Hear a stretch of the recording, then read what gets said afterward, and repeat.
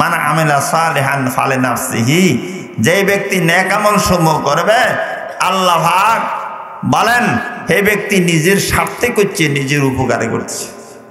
বলেন তো সুবহানাল্লাহ। এ কথাকে শুনি কি বেজার না খুশি? নেক আমল যে করবে হে কাল্লাই নেক আমল করছে, এ কথাই আল্লাহ বুঝাইছে নিজের স্বার্থে। ওয়ামান আমিলা ফালিনাফসিহি ওয়ামান আসাআ ফাআলাইহা,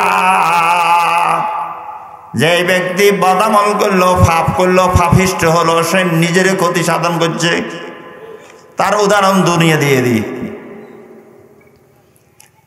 একটা মানুষ যদি চুরি করে, মারধর আরম্ভ হয়নি? কোন কোন জায়গায় চৌকুনি দেয়নি?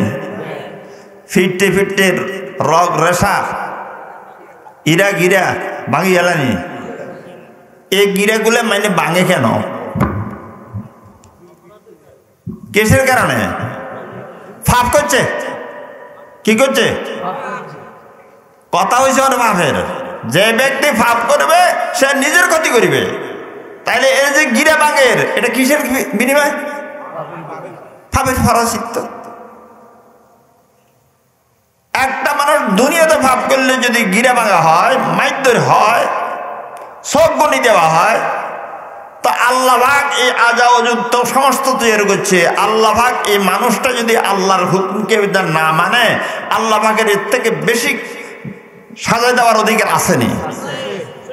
যাতে ভাগান মামবাজে যুদ নওয়াল মাসে জারতা বাসুদা নগশে জুয়াল তুকনিয়ে मतलकी जो आइजुल जलाल मन फकी दे मतलब कम्बे के लोकाल तू को नहीं मन कदाई मतलब कम तो आजीजी मंजोलीली मतलब काम তোমার মাথার তালু হইতে পায়ের তালু পর্যন্ত প্রত্যেকটা অঙ্গ প্রত্যঙ্গ আল্লাহর দান। কার? আল্লাহ। আর এই কথাটুকু আল্লাহ নবী জিজ্ঞাসা করছেন সাহাবায়ে কেরামকে, আতাদরুনা মান আজওয়াদু জুদা, আমার সাহাবারা বলো তো বড় দানবীর কে? সাহাবায়ে কেরামের অভ্যাস শরীফ ছিলেন এমন, কোন কথা জানার পরেও নিজের জবানে বলতেন না। তারা কেবল আগ্রহ রাখতেন আল্লাহ নবীজির পবিত্র জবান দিয়ে কথা আবার বাইর হোক, আমার জানা থাকলো নবীর জবানে শুনলে আরো সুন্দর লাগে।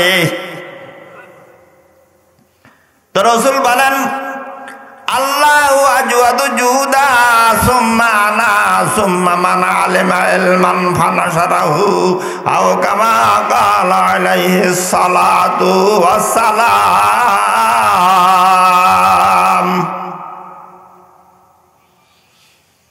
সর্বশ্রেষ্ঠ দানবীর আল্লাহ, কারণ তোমার মাথার তালু হইতে পায়ের তালু পর্যন্ত কত অঙ্গ, বহু দামি দামি, এই অঙ্গগুলি দান করছে কে? এই একটা অঙ্গের দাম পরিমাণে দুনিয়ার কোন ধনী লোক আপনাকে কোনো অর্থ দান করছেনি। তাহলে অনেক অঙ্গ দান করছে, বহু দামি দামি। আমার এক ছাত্রর কানের মধ্যে অসুখ, কানে কম শুনে, পরীক্ষা দিছে, পরীক্ষা নিরীক্ষা করা হয়েছে, এই কানকে মোটামুটি বিশুদ্ধ করতে হইলে, সুস্থ করতে হইলে 10 লক্ষ টাকা ডাক্তারি ফিস লাগবে। তাহলে সঠিকভাবে যদি ডাক্তার কানটার যদি ঠিক করে 20 লক্ষ টাকা, তাইলে 2টা কানের দাম কত পড়ে? হইল তো না, হইল তো না। সুস্থ সবল 2টা হইলে 40, আর যদি এরকম অসুস্থ অসুস্থ যদি হয় তাহলে অন্তত 20 লাখ। আচ্ছা 40 থাক, অন্তত 20 লক্ষ যদি 2টা কামের দান হয়, চোখের দাম তার থেকে একটু কম, হাতের দাম তার চাইতে আরো একটু কম, পা দুটার দাম তার চাইতে কম, কিডনির দাম তার চাইতে কম, বাল্বের দাম তো নাই, আর এবার রবি বলেন রসুল যে বলেছেন সর্বশ্রেষ্ঠ দানবীর আল্লাহ, যেহেতু মাথার তালু হইতে পায়ে তালু পর্যন্ত দামি দামি যে অঙ্গগুলি আছে সব অঙ্গগুলি একমাত্র আল্লাহর দান। এত বড় দান দুনিয়ার কেউ করতে পারে নাই। সুতরাং সিদ্ধান্ত হলো সর্বশ্রেষ্ঠ দানবীর হলো আল্লাহ। জাতে ভাগাত মাম্বায়ে জুদো মানাওয়াল মাঝ সারাতা ফাসোদা নগশে জুয়াল তুগনিয়ে मतलगी आइजुल दलाल मन भोगी दे मतलगम बेगिल काल तुगनी मन गदाजी मतलगम तू अजीजी मंजलीली मतलगम তোমার পায়ের তালু হইতে মাথার তালু পর্যন্ত গণনা করলে বিশেষ অঙ্গ বাহ্যিকভাবে পাওয়া যাবে কয়েকটা, বহুত দামি। আমার এক ফুফাতো সমুদ্রের ছেলে, নাম হলো আনোয়ার, প্রবাসে থাকে, আবুধাবি থাকে কন্ডাক্টর। তার দুইটি কিডনি নষ্ট হইয়া গেছে। ভারতের এক লোক থেকে সে কিডনি হাওলাত লইছে, তার কিডনি কাটিয়া তারে বিশুদ্ধ তাকে সুস্থ করে দেওয়া, আবার তার কিডনিকে এর মধ্যে সংযোগ দিয়ে এটাকেও সুস্থ করা, সমন্বয় দোনোজনের মিলে 2 কোটি টাকা খরচ। তাইলে আমার আপনার মধ্যে কিডনি 2টা আছে অন্তত 2 কোটি টাকা দামের। এই দামি কিডনিটা কে দিল? না মা, না আব্বা, না সন্ত্রাস, না সরকার? তো এখন বুঝ করেন, বলো দানবীরকে। তো যদি এই কথাই সত্য হয় যে সর্বশ্রেষ্ঠ দানবীর আল্লাহ, এই অঙ্গ ওজুদ শরীরের অঙ্গ পতঙ্গ এগুলা ব্যবহার হবে শুধু আল্লাহর জন্য। এর বিপরীত ব্যবহার হওয়ার এটা জুলুম। যে ব্যক্তি জুলুম করে, এই জুলুম মানে যে সে শরীরটাকে এমন ভাবে অন্যায় ভাবে ব্যবহার করলো যে শরীরটা আর জান্নাতে যাওয়ার উপযুক্তা হারিয়ে ফেললো, আর জান্নাতে যাবে না। এই শরীরটা জাহান্নামের জন্য উপযুক্ত হয়ে গেছে।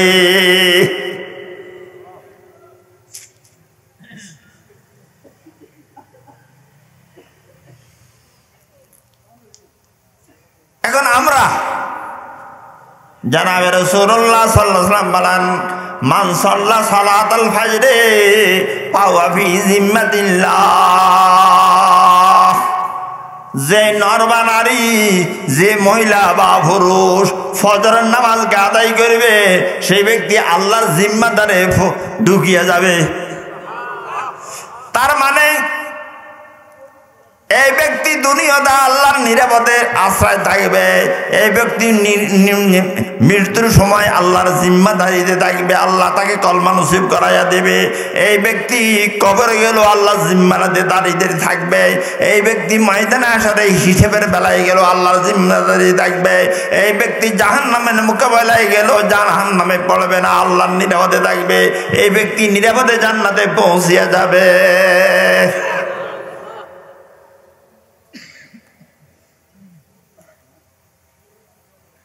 যে দাদা সেই আইন করেছে এই দেহ আর অঙ্গগুলি কিভাবে চললে, কিভাবে এগুলো ব্যবহার করলে নিরাপদে জান্নাতে যাবে, তার বিধান হলো কোরআন ও হাদিস। ইম্মা ইয়াতিয়ান্না ইয়াতিকুম ফামান তাবিআ হুদায়া ফালা খাউফুন আলাইহিম ওয়ালা হুম ইয়াহজানুন। যুগে যুগে আমি কিতাব প্রেরণ করেছি, নবী রাসূলদেরকে প্রেরণ করেছি, যাতে করে মানুষকে জান্নাতের পথ ধরাইয়া দেয়। আল্লাহ কি জুলুম করেছে? না, যে সময় যেটা দরকার ওইটাই করেছে। তাহলে আমরা ইনসাফ করি, আমরা কি জালেম না আমরা ইনসাফকার? আমার অঙ্গ প্রত্যঙ্গগুলি সব দিল কে? এ চোখ দিয়া বেগানা মহিলা ছাওয়া, এটাও জুলুম, এটা জাহান্নামের কাম। এক চোখ দিয়া কোরআনে মজিদ দেখা, মসজিদের পথ দেখা, হালাল তরিকা দুনিয়ার প্রয়োজনের কাজ দেখা, এতখানি জায়েজ। এই চোখ দিয়া বেগানা নারীকে দেখিয়া স্বাদ উপভোগ করা, এটা জাহান্নামের কাজ। টাচ মোবাইলের মধ্যে বিভিন্ন চিত্র দেখা, নেকের ছবি কতগুলি আছে। এই ছবিগুলি কেউ যদি রাত্রে ঘুমাইতে ঘুমাইতে যদি দেখে, সব হইব, কি হইব, গুণ হইব। শুধু এতখানি ন, এই চোখকে খেয়ানত করছে। চোখ, এই দামি চোখ আল্লাহ দিছে তোমার জরুরত আর প্রয়োজন সারার জন্য। তুমি আকাম কুকাম করে জাহান্নামের জন্য চোখটাই তৈরি করলে, কি বুঝে আসেনি? ওয়াজ নসিহত শুনলে কি ভালো না খারাপ? কিছু ধারণা তো হইলো, আরে কত নেয়ামত আল্লাহ দিল। আল্লাহ পাকের মর্জির খেলাফ এই জবানকে, এই চোখকে, এই কানকে, এই নাককে, এই হাতকে, এই ফাঁকে ব্যবহার করছি, এটা তো আমি বড় জুলুম করতেছি, অন্যায় করতেছি, ঠিক না?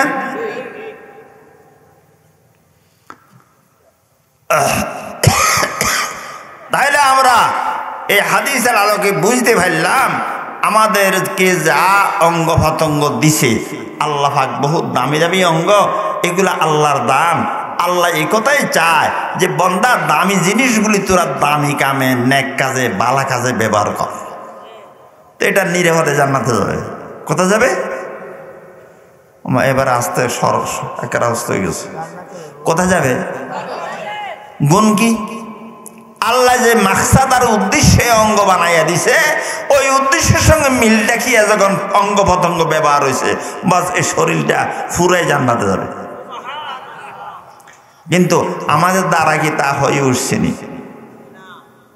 দিয়ে গুণে কর এ অঙ্গ প্রত্যঙ্গগুলি আল্লাহর হুকুম রসুলের তরিকে হয়। বেজার হইবেন নি কথা কইলে? আমি একটু রাগি মানুষ আরে নকই কিরু বিয়ের মধ্যে পুরুষ যদি 50-60 জন যায়, মান্য হলো 10-15 জন 20 জন যায়। এটা তো একটা আবাদতের সওয়াব, কবুল হজর সওয়াব। কি ও যার আগে জানে তারা। এরপরও এ দেশে কি পুরুষের লোকে মান্যরা কি মেহমান যায় না? বোরকা গাদ্দি যায় তো আমার সব উলঙ্গ ভানা না, তার ওয়াজ করিলাম কি?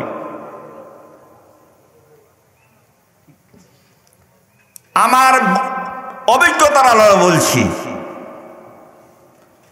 একটা বিবাহ খাওয়ার জন্য পুরুষ আর নারী যদি একাত্র হয়, এক বিবাহে অন্তত 3 হইতে 7টা মহিলার বিয়া ভাঙার কারণ আর সূচনা শুরু হয়ে যায়। কেন? যুবকরা তাকিয়ে তাকিয়ে দেখে বউ কোনকে সরস, মান্যা কোনকে সরস, কোনকে সরাইতে হইবে, কোনকে উড়ে নিতে হবে। কোন হিম্মতে পুরুষের সঙ্গে মহিলা একাত্রে বিবাহের মধ্যে খানা খেতে যাবে? এটা তো মুসলমানের কাজ নয়, এটা বিজাতির কাজ। মুসলমান দাবি করেন, মিডিয়া ওয়াজ আর কাছে নাই, দরকার নাই এত মিডিয়া ওয়াজের।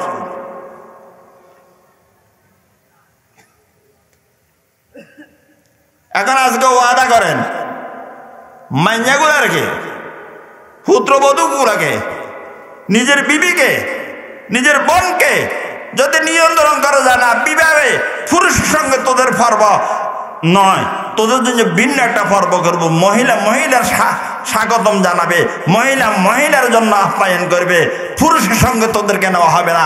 এটা মুসলমানের ইমানের দাবি।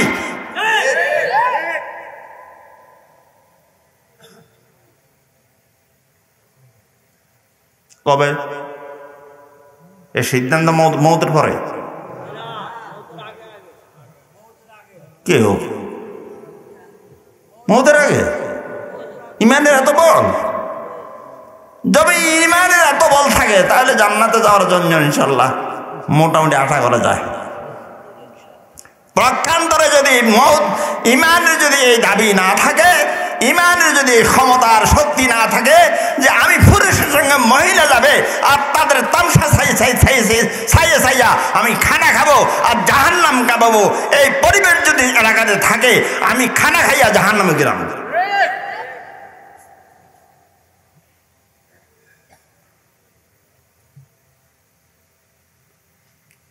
বিনা দরকারে উড়িয়ে না বকা শুনবেন, আর মুখ বহুত কড়া।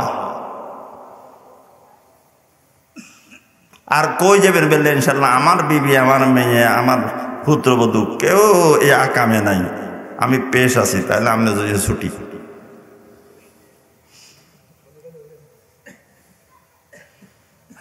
কিছু কথা ওয়াদা করাই দিই, ওয়াজ হইন সুন্দর লাগে তো কন জানে না যান হাটে। আপনি গো মসজিদে জুমার নামাজে মসজিদ হুরে তো কথা কন, কথা কন, প্রত্যেকে শূন্য ধরে তো কি করলেন মুসলমান না আপনারা? আপনারা অন্তত ওয়াদা করবেন আজকে। জানাবে রাসূলুল্লাহ সাল্লাল্লাহু আলাইহি ওয়াসাল্লাম বলেন, হাদিসের উদ্ধৃতি দিয়ে হযরত মাওলানা জাকারিয়া সাহেব হাদিসের কিতাবে ফাজাইলের মধ্যে আনছেন, গণেন আমার হাতে, ফজরের 2 রাকাত সুন্নাত, যোহরে 6 রাকাত, মাগরিবে 2 রাকাত, এশায় 6 রাকাত, কত কত মানে ফজরে 2, যোহরে 6 আর 8 কন কি আর ওরে সরে সরে হলাই মাইন বেতন কি 10,000 টাকা না? ফজরে 2, যোহরে 6, এনে না কইবেন, মাগরিবে 2, এশার 2, কত সহজ হয়েছে। হ্যাঁ মনে হয় গণিত বলি বড্ডা বড্ডা কথা কয়। জানাবে রাসূলুল্লাহ সাল্লাল্লাহু আলাইহি ওয়াসাল্লাম বলেন, যে ব্যক্তি নরহাক পুরুষের জন্য বা মহিলার জন্য, জোর হলে না মহিলারা, যে নর বা নারী, যে মহিলা বা পুরুষ ফরজ নামাজের পাশাপাশি সুন্নত 12 রাকাত আদায় করবে, আল্লাহ পাক সারা দুনিয়া এবং দুনিয়ার মধ্যে যত সম্পদ আছে সবগুলো বিক্রি করলে যত সওয়াব হবে এত পরিমাণে সওয়াব দিয়ে তাকে ধন্য করে দেবে। ব্যবসা কমারি, ব্যবসা তে ওয়াজ কি আজ দিন নতুন হইলেন না আর শুনছেন? মানে না কি ঘটনা, আজ নতুন শুনলেন? অনেকে নতুন শুনছেন, আসলে নতুনই শুনছেন, অনেকে অনেক কথা কয় না, বাইলে বেলে চলে। আজ থেকে আপনারা যে কজন আছেন এরা হাত তোলেন, বেলে মৃত্যুর আগ পর্যন্ত আমরা 12 রাকাত সুন্নত আদায় করেন ছাড়া কেউ মসজিদে বাইরে যাব না। এবারে না ওয়াজ কিছু সার্থক হয়েছে, ওয়াজ দেওয়া হয়েছে মানুষের ওয়াজ উপদেশ জানিয়া দিন ও ইমান ইসলামের উপর অগ্রণী ভূমিকা রাখবে এবং তারা কি আর উন্নতি হাসিল করবে, তাই না? তা আজকে জুমার ইনশাল্লাহ দিন যেন একটা মানুষও বাইর না হয়, যারা আজকে ওয়াজে নাই না বুঝে নাই তারা যদি 2-1 বাইর হয় এদেরকে ঠার করে রাখবেন, ভিন্নভাবে বুঝাবেন। ভাই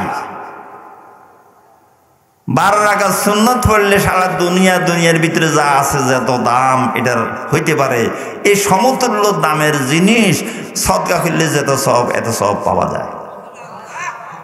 তাকে দাওয়াত দিবার দায়িত্ব আপনার, কারণ রাসূল হাদিসে বলেছেন, ছোট্ট হাদিসের অংশ যদিও হয় সবার গায়ে আছে, বাল্লিগু আন্নি ওয়ালাউ আয়া। আলেমরা বুঝেন বাল্লেগ, বাল্লেগা, বাল্লেগু, বাল্লেগা, বাল্লেগা, বাল্লেগ না। হাদিস না, হাদিসের দ্বারা বোঝা যায় সমস্ত উম্মতকে আমরের জমার শিখে দিয়ে আদেশ করা হইতেছে, তোমরা সমস্ত নরনারী, সমস্ত পুরুষ কি করো, আল্লাহর হুকুম অন্যের কাছে পৌঁছাইয়া দাও। এর নাম হইল তাবলীগ। দাওয়াত তবলিগের একটা অর্থ অনেকে বুঝে, ওলামায়ে কেরাম আছে তারা তো বুঝে। দাওয়াত মানে আল আহবান, বাংলা শব্দ অর্থ। আসলে ইসলামী পরিভাষায় দাওয়াত শব্দ আল্লাহর মহত্ব, বড়ত্ব, আল্লাহর কি কি দান আমার আপনার উপর আছে এই কথাকে স্মরণ করাইয়া আল্লাহর দিকে মানুষকে ডাকার নাম ইসলামী পরিভাষায় দাওয়াত। আর আল্লাহর হুকুম যা আমি আপনি জানি তা অন্য অজানা মুসলমানের কাছে পৌঁছিয়ে দেওয়ার নাম তাবলীগ। দুটোটা শব্দের সমন্বয়ে দাওয়াত ও তাবলীগ। না বুঝাইতে পারিনি? তো আপনারা আজকে জানছেন যে 12 রাকাত সুন্নত হইলে এই লাভ। কিছু লোকেদের শুনে ন, দূরের থেকে বুঝে ন, এদেরকে বুঝাইতে পারে দায়িত্ব আপনাকে। কবে থেকে? আজ আজ দায়িত্ব গেছে বেশি। আজ আপনার কাল জুমার দিন ইনশাল্লাহ, কালকে ইনশাল্লাহ সুযোগ পাইলে আমরা হেকমতে কাউকে মন তুলি না। আইন একটা গরম করা কথা কইতেছি, কারণ আমি তো উর্ফে বসি। আর আপনার কথা শুনবার জন্য আইসেন, একটা আগ্রহ নিয়ে আসেন। তো গরমে নরমে কিছু নগলি কি হয়নি, সব ঠান্ডা ঠান্ডা করলে হয় না গো। সব মলম দিয়ে সব রোগ ঠিক হয় না, কিছু কিছু রোগের জন্য কাড়িয়ে আলাম লাগে। আরে হাঁস কাটা দিছে একেবারে তুজা করিয়ে দিয়েছে কাটি, ওপেন সার্জারি, হার্ট সিরা। তারপরে তো হুজুর ডাক্তার হুজুর আস্তে কথা কই না, আইতার না সিলটাই ৭০ বছর বাঁচি, আর দরকার কি? আর আব্বা ৬৩ বছরে মারা গেছে, বালা মানুষ। তাই রোগের ভিতর দিয়ে ৭০ বছর বাঁচি গেছি, আর দরকার কি? যত চলে চল মানে বেজারে জানে আর এই বেজারলে মৌলবী। হ্যাঁ, তাহলে আজকে আমরা যারা এই ময়দানে আছি, প্যান্ডেলের ভিতরে আছি, ইনশাল্লাহ মৃত্যুর আগ মুহূর্ত ছুটবে না। আর আরো একটু ধারণা দিয়া যাই, আজকে একদল মুসলমান নামিও আর আগাইতেন না। মুসলমান নাম, মুসলমানের ধর্মের নামে একটা রাজনীতি করে। এরা পর্যন্ত বলা কওয়া করে, কয় ফরজ হলে সাইড, নফল নহলে সুন্নত নহলে সারে। আমার সামনে আল্লাহ শুকর বুঝেন, আমি প্রায় 14 বছর মাহফিল থাকলে মাহফিলে যাই। ইসলাহি জোল মাঝে মাঝে আমিও প্রতি মাসে প্রথম ইংরেজি তারিখে শুক্রবারে শান্তিনাথ মসজিদে করি। আদিব সাহেব হুজুর হযরত ওলামায়ে কেরাম চিনে অনেকে। ওলামা মাযহার শাইখুল হাদিস, বাংলাদেশে যাকে উপাধি দেয় বাহারুল উলুম, এলেমের সাগর, হুজুর আমাদের ওস্তাদ। তো মাঝে মাঝে গেলে বয়ান করেন, তো বয়ান করি। হঠাৎ করে একদিন মুহাদ্দিস সাহেবের ছেলেরা জিজ্ঞাসা করে, অহন বয়ান করে কে? কসকুর হুজুর। হুজুর হেই রাইতে আরে খেলাবাদ দিয়ে দিছে, খেলাবাদ দিয়ে দিছে। তার অর্থ উম্মতের অবস্থা খারাপ। উম্মতকে হাতে পায়ে ধরি বুঝিয়ে শুনিয়ে ইমান ইসলামের উপর জমাইয়া রাখেন, এটা ওলামাদের দায়িত্ব। কারণ নবীরা যদি দুনিয়াতে না থাকে, নবীদের অগোচরে ওলামায়ে কেরামের দায়িত্ব কার? কথা এখন আর খেয়াল করে না। কার দায়িত্ব? আলেমদের দায়িত্ব। সুতরাং আমরা কিছু কিছু চেষ্টা করি, চেষ্টা যদিও হক আদায় না হয়, আল্লাহর কাছে একটা বলার উচিত হয়, যদি আল্লাহ আমার সাধ্য মতো আমি চেষ্টা করছি। ইনশাল্লাহ আপনারা যারা জুমার বা জোহরের সুন্নত পড়ে না এমন মানুষকে যদি পান, এদেরকে বুঝাবেন তো? সবাই বুঝাবেন তো? আল্লাহ সবাইকে তৌফিক দান করুক। তাহলে তো ঈমান ইসলামের উন্নতি হলো, আর ওয়াজের স্বার্থ হইল। ওয়াজ আগের গুলো কইম, বাইলে বাইলে কইম, কোনো পরিবর্তন নাই। তে ওয়াজের দ্বারায় শুধু কিছু মানুষের হয়রানি ছাড়া আর ভিন্ন কিছু পাওয়া যায় না। বড় কঠিন কথা আগেরটা কইছি, যে মহিলারা যেন পুরুষের সঙ্গে দাবাতে না যায়। একটা মহিলা যেন না যায়। এই যাইতে মহিলাদের সঙ্গ দোষে পুরুষেরা যখন থাকে, তখন পুরুষের লোলভ দৃষ্টি নষ্ট হয়ে যায়, লোলভ দৃষ্টি বাড়িয়ে যায়। কে কাকে অপহরণ করবে, উঠাই নিবে, এই চিন্তা ভাবনা তার অন্তরে জমে। এই যে সাদর ভাইয়ের ফাঁসে আতার রহমান মানিক কি একটা বানাইছে জানেননি? ফারকে নাম দিয়েছে না না, এখানে হাজার হাজার মহিলা যায় নাকি? এক এক দিন 5, 7, 10টা বিয়া ভাঙার সূচনা হয়, কিন্তু মুসলমানের তলব নাই, নামাজিরও নাই, বেনামাজির নাই, তো নাই। মৌলবি বাঙানা মনে করে আমরা বেতন হাই, এর হাতিয়া কত হাই, এত চিন্তা কে করে, নিজের সংসার চালিয়ে হারিয়েন না, থাক জানেন না চলো। এ কথাই হবে না। একটা মানুষ বিদেশে রওনা করার জন্য টিকিট কাটি ফেলেছে, কিন্তু তার বিরুদ্ধে একটা মামলা আছে। যদি মামলাটা যদি সরকারের কানে যদি উঠে দেওয়া হয়, প্রশাসনের হাতে তুলে দেওয়া হয়, বিদেশে যাওয়া হয়। তা আপনারা কজন জান্নাতে যাইবার জন্য তৈরি হইবেন, হিসিদি কজন আই কেব খাড়ান জন লাগবে না। আপনি যেই গুণ অর্জন করি জান্নাতে জানের, এই গুণগুণের সম্বাদ তো আমাকে দেওয়ার দরকার ছিল। কই এই গুণগুলি আমলগুলি আমাকে বুঝান নাই, যার কারণে আপনি জান্নাতে জানের, আজ জাহান্নামে যাব হইতে পারে না, আপনাকে সহ যাব। রব্বানা আতিহিম যায়ফাইনি মিনাল আযাবে ওয়ালআনহুম লানান কাবীরা।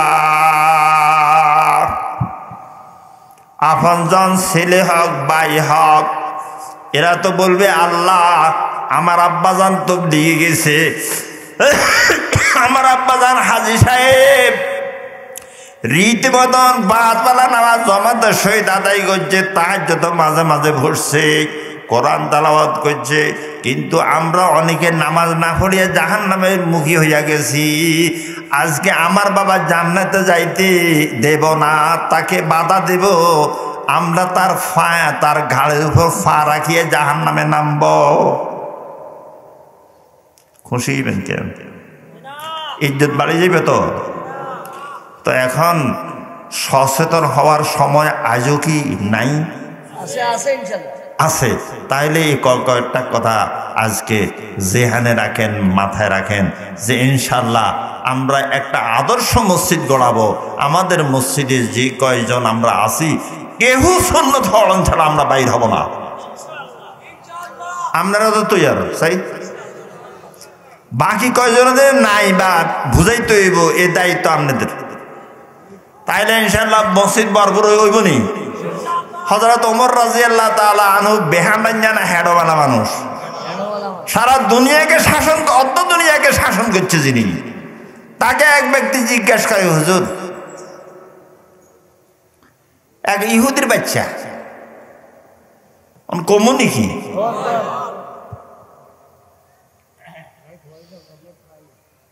না এতক্ষণ তো আসল মানত না, তাই থোয়া যাক।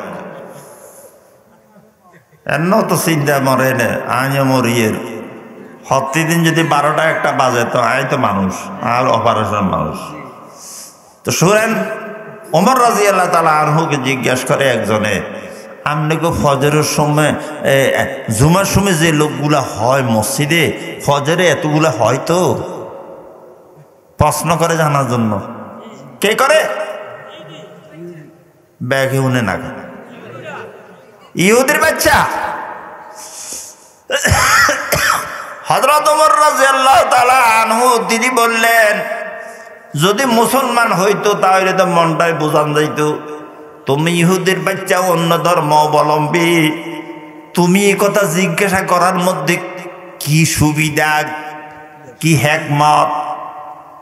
ইহুদির বাচ্চা বলে, আমরা তাক লাগাইয়া আছি, দৃষ্টি নিবদ্ধ করিয়া আছি, যতদিন পর্যন্ত মুসলমানের জুমায় যত মুসলমান হয়, ফজরে অতগুলি মুসলমান হয়, এই জাতির সঙ্গে কোনো অন্য জাতি আর পারবে না। কারণ সর্বসময় আল্লাহর সঙ্গে এদের সম্পর্ক আছে। যাদের সম্পর্ক আল্লাহর সঙ্গে আছে, এই জাতের সঙ্গে কেউ হারে না। আমি জিজ্ঞাসা করার উদ্দেশ্য, আপনাদের জুমায় যত লোক হয় তত লোক যদি জানতে পারি যে ফজরে এত লোক হয় না, তাহলে আমরা সুযোগ সুবিধা বুঝি গেলে আপনাদেরকে আঘাত করবো আর আমাদের উপর জুলুম করবো। আজকে সারা পৃথিবীতে মুসলমানের উপর জুলুম কেন? মুসলমান মসজিদ ছাড়ছে। আর জানাবে রাসূলুল্লাহ সাল্লাল্লাহু তাআলা আলাইহি ওয়াসাল্লাম বলেন, মান সাল্লা সালাতাল ফাজরি ফাওয়াজি ফাইজিম্মাতিল্লাহ, যেই ব্যক্তি কষ্ট সৃষ্টি করি ফজর নামাজ জামাতের সহিত আদায় করবে, আল্লাহ পাক তার সকল কাজের জিম্মাদার হইয়া যায়। অন মুসলমানের জিম্মাদারি আল্লাহর হাতে আসেনি। ফজর যেহেতু হলে না, আল্লাহ জিম্মাদারি রেখে নাই। আমেরিকায় হিডক, এই ইন্ডিয়ায় হিডক, বার্মাতে ফিডক, ঠিক না? সকল জায়গায় মুসলমান মার খায় কেন? মুসলমান যে গুণের কারণে মার বন্ধ হইতো, ওই গুণের থেকে মুসলমান আলগে দাঁড়াইয়া রয়েছি। এক মুসলমানকে বলা হইতেছে, আমার এক মুসল্লি বলেন, হুজুর একজন সাথীকে বললাম, ভাই ফজরের সময় আপনাকে দেখা যায় না কেন? বাড়াবাড়ি করেন কা? বলুন, ফজরের সময় আপনি দেখা যায় কেন? উত্তর দেখি, বাড়াবাড়ি করেন কেন? হাদিস শরীফে দেওয়া আছে, যে ব্যক্তি ফজর নামাজ পড়বে আল্লাহ পাক তার জিম্মাদারি নেবে। এখন আপনি ফজর নামাজ সময় মতন পড়েন না, আল্লাহ জিম্মাদারি নেবে না। সুতরাং সারা বিশ্বে এরকম ছড়ানো ছিটানো মুসলমান যখন মসজিদ খেমা দিছে, মসজিদ ছাড়িয়া দিছি, আল্লাহর জিম্মাদারির হাত উঠাই ফেলছি। এখন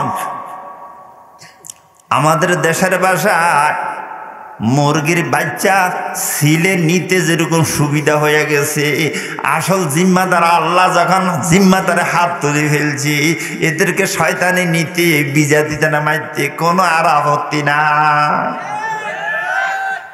সারা বিশ্বে মুসলমান মাইর খায়নি কি? আমি গল্প করলাম না সঠিক? ভারতে মুসলমান মাইর খায়নি,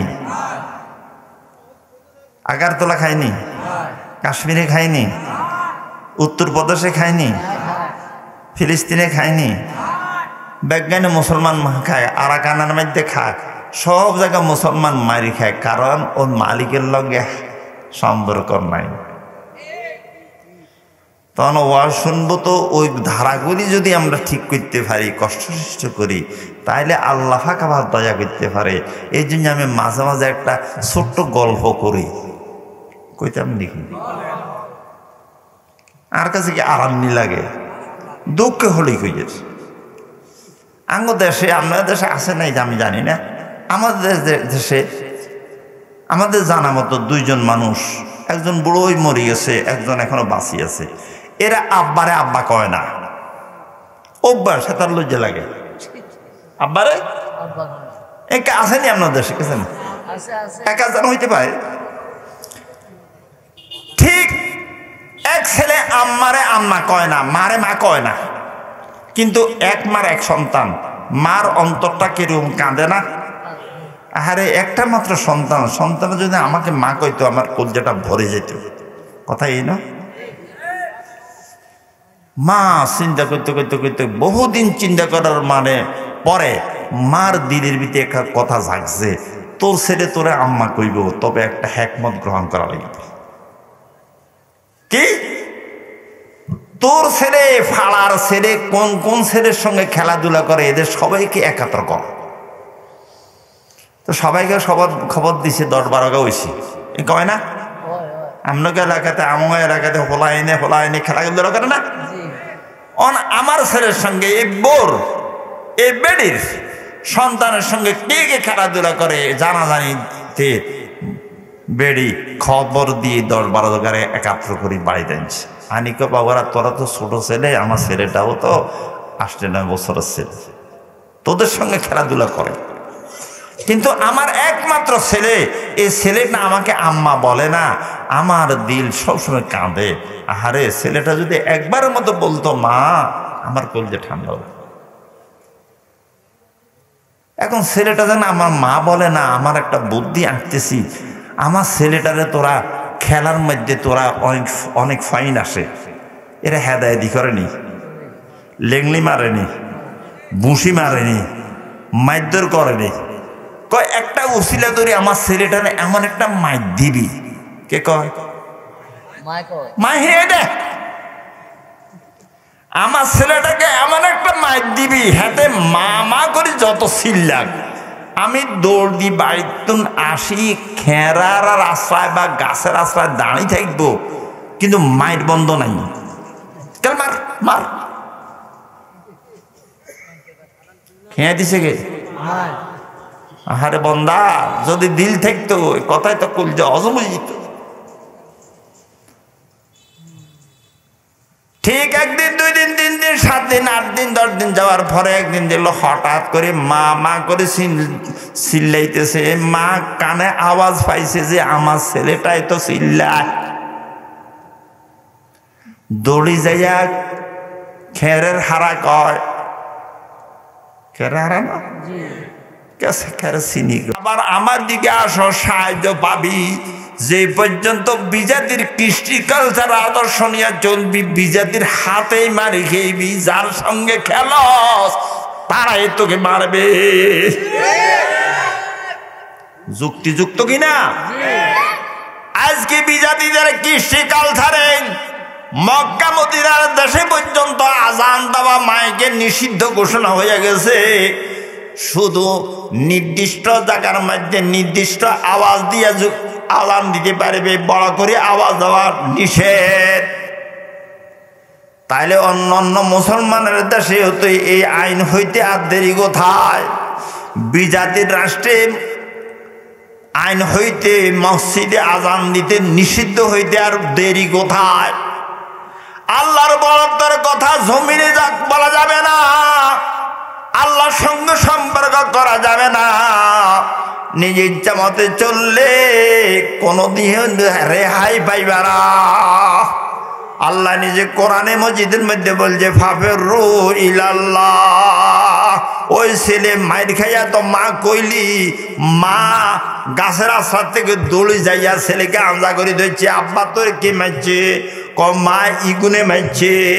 এখন মা কয়, হারে ছেলে জীবনে তো মা আর কইলি না, আজকে মায়ের খাইয়া মা কইলি, যাক তোকে আর মারবে না, তোরা আমার ছেলেটাকে আর মারিস না। ঠিক তোমরা বন্দারা যদি আল্লাহর মুখী হইয়া যাও, আল্লাহকে ধরো, আল্লাহর বিধানকে মানতে আরম্ভ করো, আর আল্লাহর সাহায্য চাও, তাহলে আল্লাহ সাহায্য করিবে। তো বিজাতিরা তোমাদের গায়ে হাত তুলবে না। কোনাদ হামদন সেবা হামদন সেবার ওয়াজ, কোনাদ হামদন সেবা হামদন সেবার ওয়াজ, কবুতর বাজ বাবাস। আজকে মুসলমানের ছড়াফিরা বিজাতির সঙ্গে, মুসলমানের চুল রাখা বিজাতির কৃষ্টি কালচারে, নবীর আদর্শে নয়। ঠিক না? কত রকমের নিয়মে আর ডিজাইনে চুল কাটা হয়। নবী মোহাম্মদ একজন, তার আদর্শ হবে একটা, আর সে আজকে মুসলমানের সন্তান 50 হইতে 100টা আদর্শ বানায় নিছে, সব মন গড়া। তো আজ কঠিন কথাগুলি না হইয়া গেল সিধা কথা নি কইম। হ্যাঁ, এই জোয়ানটা ওয়াদা করো, মসজিদে থাকবে একটা, হয়েছে তো জোয়ানদেরকে ধরছি, তোমরা যে চুল কাটছো, নাফিদের কাছে যাই কইবে আমার চুলটা সমানে কাটে দাও, তাহলে রসুলের একটা আদর্শ হইব। আজ যা দাঁড়িয়ে উঠছে, হ্যাঁ আমারও তো বাগি রাখি দাও। দাঁড়িয়ে রাখে, যদি বালি রাখে তো মাইনলার মতো লাগে, হারাম।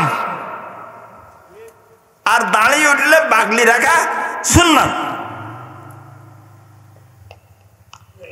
আর যদি দাঁড়িয়ে না উঠছে, তাহলে 87 আমাদের দেশের প্রশাসনের শক্তি হলো কে? Military, police. মিলিটারি দেশ রক্ষক কারা? মিলিটারির চুলের একটা আদর্শ আছে, সবার চুল সমানটা কাটে। কারণ অন্য চুল ধরি যে গেন্ডিরে নিরে কন্যাইব, এ সুযোগ নেই। তার কি হলো? আজকে মুসলমানের সন্তান, আমি বুড়ো হয়ে গেছে, আমার ৭০ বছর বয়স। যুবক, তুমি যে বলে চুল রাখছো, আমার মতন বুড়াই যদি দুঃখের যদি চুল যাবে গৃণী থাকবে নিয়ে দেয়, টিকটি না। কিনলে নিজের গণি খাইবার ব্যবস্থা করাইছস। হ্যাঁ, সুন্দর লাগে? হ্যাঁ, সুন্দর লাগে না? এটা জাহান্নামের কাম। আল্লাহ মাহাদিলাই গমিয়া মানে আদাম আল্লাহ তা'বুদু শাইতান ইন্নাহু লাকুম আদুউম মুবিন ওয়া আনি'বুদুনি হাযা সিরাতুম মুস্তাকিম। সূরা ইয়াসিন না? আমার বাপের ঘরের কথা আল্লাহ বলতেছে, ও আমার বান্দারা, আমার হুকুমগুলোকে তামিল করো, আমার বিধানগুলিকে তামিল করো, মানতে থাকো। এটাই জান্নাতের পথ, এটাই জান্নাতের সঠিক পথ। জান্নাতে যাইতে হইলে লাগবে ইমান আমল। ইমানের নিসবতে জান্নাত, আর আমল যত নেক আমল বাড়বো তার নিসবতে জান্নাতের নেয়ামত। আর জান্নাতে সবসময় থাকার ব্যবস্থা হবে আল্লাহর মহব্বত। আল্লাহ মহব্বত আসেনি? তাইলে আল্লাহর হুকুম পুরা করব। আল্লাহ সবাইকে তৌফিক দান করো, আল্লাহ সবাইকে দান করো। আর দুই কথা তো রোগীতে হাদিসের এক অংশ না কছিলাম। রাসূল বলেন, সুম্মা আনা সুম্মা মানা আলিমা ইলমান ফানাশারাহু আও কামা ক্বালা আলাইহিস সালাতু ওয়াস সালাম। ওই দুনিয়ার মানুষ, আল্লাহ যে বিধানগুলি দিয়েছে এগুলো আমি নবী তোমাদের কাছে যথাযথ হাদিসের আলোকে পৌঁছাইতে পারছি। তোমাদেরকে পৌঁছাইয়া জাহান্নামের উপযোগী হওয়ার জন্য সুবিধা তৈরি করিয়া দিছি, রাস্তা ধরাইয়া দিছি। এই জন্য দুনিয়ার মধ্যে সর্বশ্রেষ্ঠ দানবীর হইল আল্লাহ, দ্বিতীয় হইলাম আমি নবী। সুম্মা মান আলিমা ইলমান ফানাশারাহু আও কামা ক্বালা আলাইহিস সালাতু ওয়াস সালাম। যে আলেম এলেম অনুযায়ী আমল করে, মানুষকে এলেম অনুযায়ী আমলের দাওয়াত করে, ওই আলেম হইল ৩ নম্বরের দানবীর। তাইলে দানবীর হইল ৩ জন। সর্বশ্রেষ্ঠ দানবীর আল্লাহ, দ্বিতীয় নম্বরের দানবীর হইল নবীজান, তৃতীয় নম্বর দানবীর হইল হক্কানি ওলামায়ে কারাম। এলমেরা গর্দন জনি মারে সাওয়াদ, এলমেরা গর্দল দুনিয়ারে সাওয়াদ, এলমেরা এজাজ করদন বেহিসাব, খালকেরা দাদন জবাবে বাসাওয়া। এলেম শিখিয়া যদি আমল করা হয়, এই এলেম আমলে জোর লইলে মা বাপ জোর লইলে সন্তান হয়, এলেম আমলে জোর লইলে জান্নাতে যাওয়া যায়। এলেম আমল জোর না লইলে বিষধর সর্প পালানোর মতো হলো, বিষধর সর্প দংশন করিয়া ওই এলেমওয়ালাকে জাহান্নামের তলদেশে নিক্ষেপ করবে। এলমের আগার দেল দুনিয়ার সাওয়াদ, এলমের আগার দুনিয়ার সাওয়াদ, এলমের এজাজ করদান বেহিসাব, খালকের আদাদ যাবে বাসাওয়াব। এ যুবকরা, চুলটি কবে কবে কবে না, আগামী দিন না, বলবো না, 1 সপ্তাহ সময় দিলাম। কবে? সবাই বলো বলো বলো। ইনশাল্লাহ এক এক এলাকা থেকে খাদুর গিয়া ওয়ালারা সুন্নত তরিকা চুল কাটা শিকক, কান কেটে যাবে, 12 যাবে, সাঁতার পাইয়া যাবে, মানুষ দেখবে খাজুরিয়ার মানুষ সুন্নত তরিকা চুল কাটা আরম্ভ করছে। আমরা কেন ফেশনে থাকবো? এইটা ছিল প্রতিযোগিতা। বাদরু বিল আমাল সিত্তা আদ-দুখান ওয়াদ-দাজ্জালা ওয়া দাবাতাল আরদে ওয়া তুলু আশ-শামসি মিন মাগরিবিহা ওয়া আমাল আম্মাতে ওয়া খুয়াইসাত আহাদিকুম। কি হলো? রাসূল বলতেন নেক আমলের প্রতিযোগিতা করো। আজকে বদামলের প্রতিযোগিতা চলছে। তার বিয়ের মধ্যে 30 টা মান্য লাগেছে, আঙ্গো বিয়ের মধ্যে 50 টা যাইব। কত বড় শিব্য! লজ্জা লাগে না?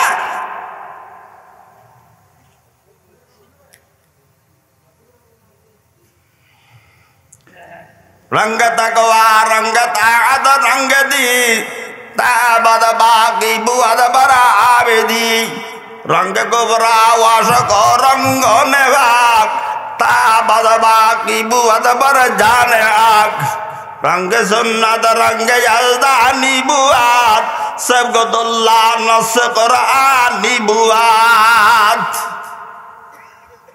শুনলে তো আমার মানা ইচ্ছা কি করে বলবো আজকে মুসলমান যা ঘটাইতেছে যা করতেছে এটা রাসূলুল্লাহ সাল্লাল্লাহু আলাইহি সাল্লাম হাদিসের আলোকে আসছে সাহাবায়ে কেরাম এই যুগের মানুষের কর্মকাণ্ড দেখলে আশ্চর্য হইতো এ কি মুসলমান এরা কি মুসলমান এই কর্মকাণ্ড করে মুসলমান করতে পারে না আর সাহাবায়ে কেরামের সিধা সাথে চরিত্র আর আখলাক চরিত্র লেনদেন দেখলে আমরা বলবো এরা মনে হয় হাগর কি 1400 বছর আগে বলছে আমরা হচ্ছি হয়তো 50 বছর আগে তখন নিজেও আন্দাজ করছি কি রে হাদিসে কেলা একা অন দেখলাম না পরিস্থিতি ঠিক আছে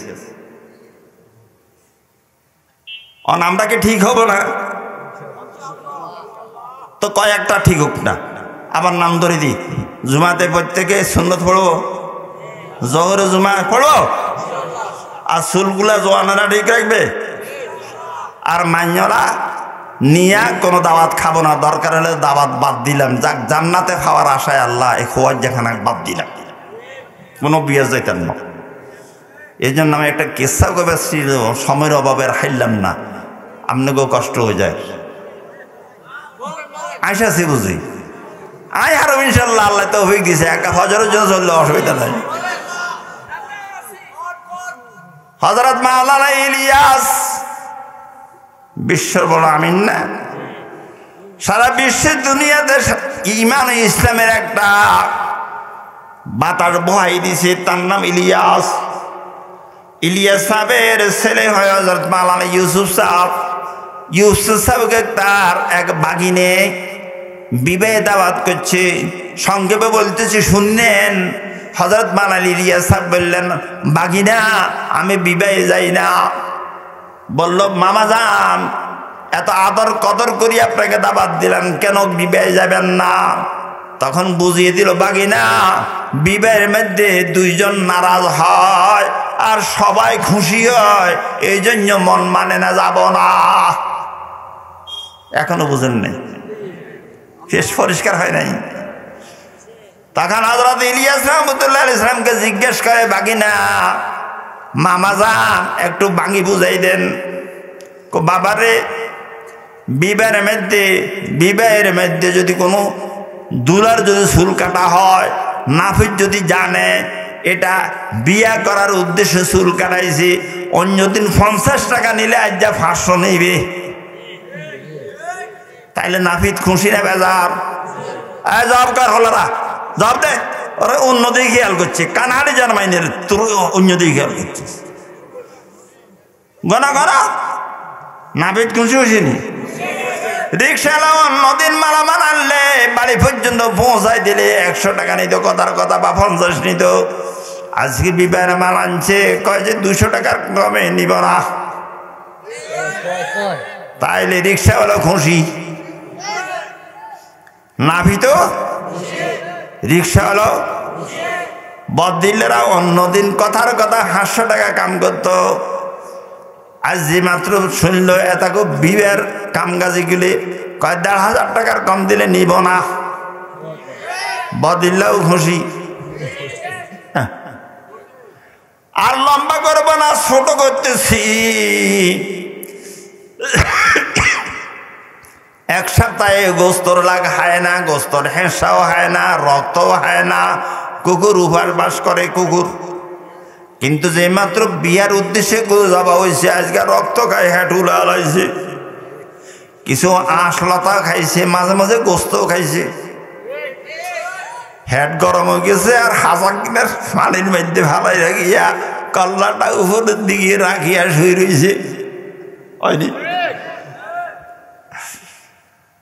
দমকার নাফিদ খুশি হইল রিক্সাওয়ালা খুশি হইল বদনা খুশি হইল কুকুরটা পর্যন্ত খুশি হইল কিন্তু মুসলমানি তরিকায় বিয়া না হওয়ার কারণে লা তাআতা লিমাখলুকিন ফি মাসিয়াতিল খালিক, একমাত্র আল্লাহ আল্লাহর রসুল নারাজ হয়ে গেছে যেহেতু মুসলমান তরিকায় বিবাহ হয় নাই।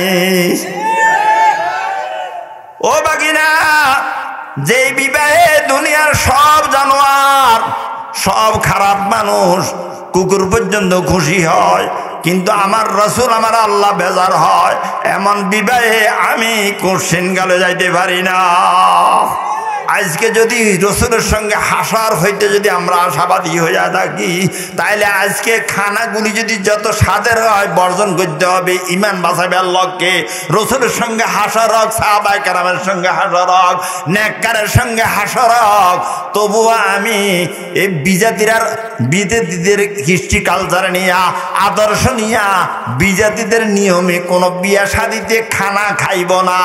ইমানের তাকাদা দেখলে একজন নিয়ত করেন যে আমরা যত স্বাদের খানা হোক ইনশাল্লাহ আর খাবো না, যেহেতু ইমানের ক্ষতি হয়।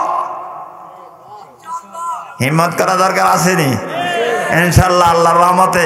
কি সে বাতে তো মরি যাই না, আমার ছাত্ররাও বড় হয়ে গেছে। আমি ৭০ বছর বয়স, আজ কজন হুজুর রে ৪০ বছর আগে জানে দেখছি অনহেন্নে আছে। এটা আল্লাহর মহৎ দয়া। কিন্তু আমি অনেক দাওয়াতে যাই না, যেখানে দেখছি এই অন্যায় হইতেছে, মা গো মা তুমি মান্যলে এতগুলো রওনা করছো, এ বিয়ের দুটি যায় তোবা তোবা। তো এখন ওয়াজ শুনে হয়েছে আমলের জন্য, আমল ন করলেও ওয়াজ কি স্বার্থ হবে? জমির মধ্যে মানুষ ফসল করে, একটু ফসল, বীজ খরচ, সার খরচ, হালের খরচ, বিজ্ঞান চাই কিছু যদি লাভে থাকে তো না জমি করব। আর যদি দেয় যে আল্লাহ হুঁজিও উঠে নাই, একে জমি বুঝি করে, ২-১ বছর মানে জমি করে না, দাম বেশি, দাম কমে গেছে আর, ঠিকই না? তাইলে ব্যবসা করে মানুষ লাভের লাই।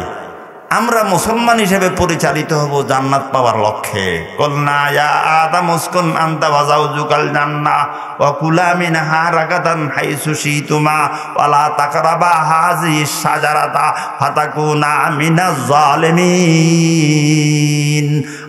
আমার বাবার জায়গা হলো জান্নাত, যেহেতু আল্লাহ বলেন আদমকে বলেছি জান্নাতে তুমি এবং তোমার বিবি বসবাস করা। তাহলে বাবার বাড়ি, আদি পিতার বাড়ি হইল জান্নাত। আমরা যদি সুপুত্র হই, নেককার হই, তাইলে ইনশাল্লাহ আশা করতে পারি আমাদের বাড়িও হবে জান্নাত। প্রজ্ঞান্তকে আমরা কুসন্তান যদি হইয়া যায়, রসুলের তরিকা যদি না মানি, আদম আলাইহিস সালামের সুন্নাত যদি না মানি, ইব্রাহিমের সুন্নাত যদি না মানি, মুহাম্মদ সাল্লাল্লাহু আলাইহি চরিত্র আদর্শ যদি না মানি, তাইলে আমরা কুসন্তান হইলাম, আমরা জান্নাতে যাইতে পারবো না। আল্লাহ সবাইকে হেফাজত করুক, নেক আমল বেশি বেশি করার তৌফিক দান করুক। ফজরের নামাজে লক্ষ্য রাখবেন, রাত যাইতে যেন 12টা বাজবো। 12টা বাজলো দেখেন 1টা 2টা 3টা 4টা 5টা 5:30 6টা, 6 ঘন্টা 7 ঘন্টা ঘুমের পরে এরপরে ফজর। ইনশাল্লাহ 6 ঘন্টার বেশি ঘুম যাওয়ার দরকার নাই। বেশি ঘুম যায় গাদা কি, আর বেশি খায় আঁতিয়ে। আমরা কোনো আঁতিও নো, গাদাও নো। কি গাদা করে খুশি হবেন? তাইলে গাদা করলে যেন খুশি হইতাম না, গাদার মধ্যে ঘুমো যেতাম। আঁতি বললে যদি খুশি না হইতা, আঁতির মতন বেশা বেশি খাইও কেন বড্ডা নিশা লাইতাম না। আল্লাহ সবাইকে মানার তৌফিক দান করো ইনশাল্লাহ।